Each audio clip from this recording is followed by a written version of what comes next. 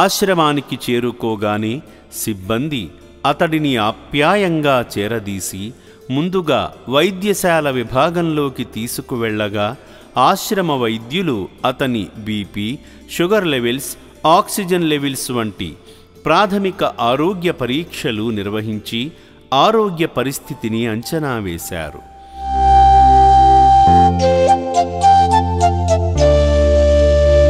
వయసు పెరిగిన పసితనం పోని ఆ భాగ్యుడి అమాయకపు మాటలు వింటుంటే ఎవరికైనా జాలి కలగక మానదు.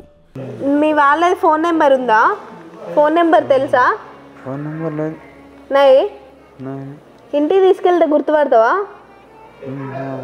అడ్రస్ చెప్తావా? చూపిస్తావా? ఎక్కడో మీ ఇల్లు చూపిస్తావా? తీసుకెళ్తే తిన్నావా? ఏమన్నా తినలే.